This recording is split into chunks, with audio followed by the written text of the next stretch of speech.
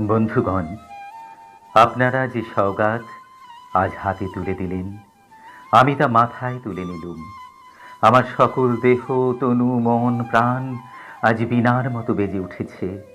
তাতে শুধু একটি মাত্র সুরেই ধ্বনিত হয়ে উঠেছে, আমি ধন্য হলুম, আমি ধন্য হলুম। আমাকে অভিনন্দিত আপনারা সেই দিনই করেছেন যেদিন আমার কবিতা আপনাদের ভালো লেগেছে। বিংশ শতাব্দীর অসম্ভবের সম্ভাবনার যুগে আমি জন্মগ্রহণ করেছি। এরই অভিযান সেনাদলের তুর্যবাদকের একজন আমি। এই হোক আমার সবচেয়ে বড় পরিচয়। আমি এই দেশে, এই সমাজে জন্মেছি বলেই আমি এই দেশের, এই সমাজেরই নই। আমি সকল দেশের, সকল সমাজের। কবি চায় না দান, কবি চায় অঞ্জলি, কবি চায় প্রীতি। কবিতা আর দেবতা সুন্দরের প্রকাশ। সুন্দরকে স্বীকার করতে হয় যা সুন্দর তাই দিয়ে। তবু বলছি, আমি শুধু সুন্দরের হাতে বীণা, পায়ে পদ্মফুলি দেখিনি, তার চোখে চোখ ভরা জলও দেখেছি। শ্মশানের পথে, গোরস্থানের পথে তাকে যুধাদীর্ণ মূর্তিতে ঘুরে বেড়াতে দেখেছি। কারাগারের অন্ধকূপে তাকে দেখেছি, ফাঁসির মঞ্চে তাকে দেখেছি। আমাকে বিদ্রোহী বলে খামোকা লোকের মনে ভয় ধরিয়ে দিয়েছেন কেউ কেউ। এই নিরীহ জাতটাকে আঁচড়ে কামড়ে তেড়ে নিয়ে বেড়াবার ইচ্ছে আমার কোনো দিনই নেই। আমি বিদ্রোহ করেছি অন্যায়ের বিরুদ্ধে, অত্যাচারের বিরুদ্ধে।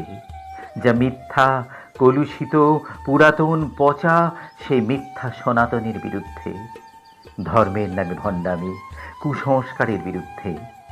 কেউ বলেন আমার বাণী জবন, কেউ বলেন কাফের। আমি বলি ও দুটোর কোনোটাই নয়। আমি কেবলমাত্র হিন্দু মুসলমানকে এক জায়গায় ধরে এনে হ্যান্ডশেক করাতে চেয়েছি।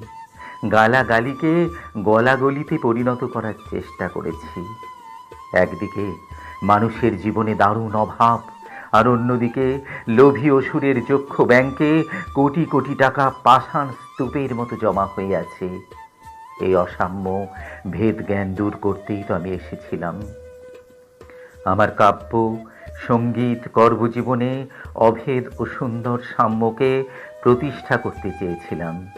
আমি যশ চাই না, খ্যাতি চাই না, প্রতিষ্ঠা চাই না, নেতৃত্ব চাই না। জীবন আমার যত দুঃখময়ই হোক না কেন, আনন্দের গান, বেদনার গান গেয়ে যাব আমি। দিয়ে যাব নিঃশেষ করে বিলিয়ে সকলের মাঝে।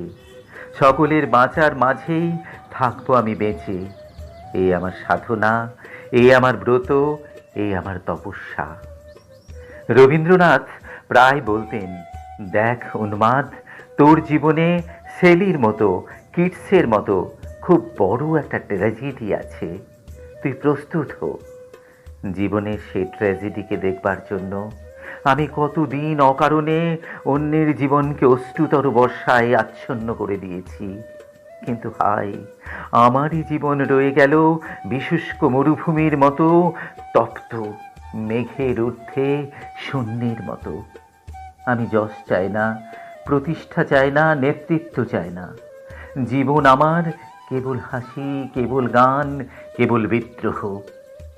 আমার বেশ মনে পড়ছে আমার জীবনের এক মহা অনুভূতির কথা। আমার ছেলে মারা গেছে। আমার মন যখন তীব্র পুত্র শোকে ভেঙে পড়েছে, ঠিক তখন, সেই দিনই, সেই সময়ে আমার বাড়িতে হাসনু হেনা ফুটেছে। আমি প্রাণ ভরে সেই হাসনু হেনার গন্ধ উপভোগ করেছিলাম। আমার কাব্য, আমার সঙ্গীত, আমার জীবনের অভিজ্ঞতার মধ্যে দিয়ে জন্ম নিয়েছে। আমি যশ চাই না, খ্যাতি চাই না, প্রতিষ্ঠা চাই না, নেতৃত্ব চাই না।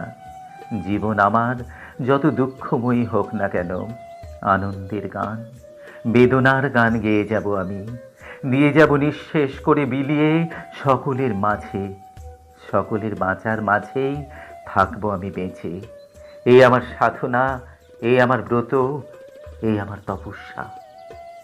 যদি কোনো দিন আপনাদের প্রেমের প্রবল টানে আমাকে একাকিত্বের পরম শূন্য থেকে অসময়ে নামতে হয়, সেদিন মনে করবেন না আমি সেই নজরুল, সে নজরুল অনেক দিন আগে মৃত্যুর খিড়কি দুয়ার দিয়ে পালিয়ে গেছে।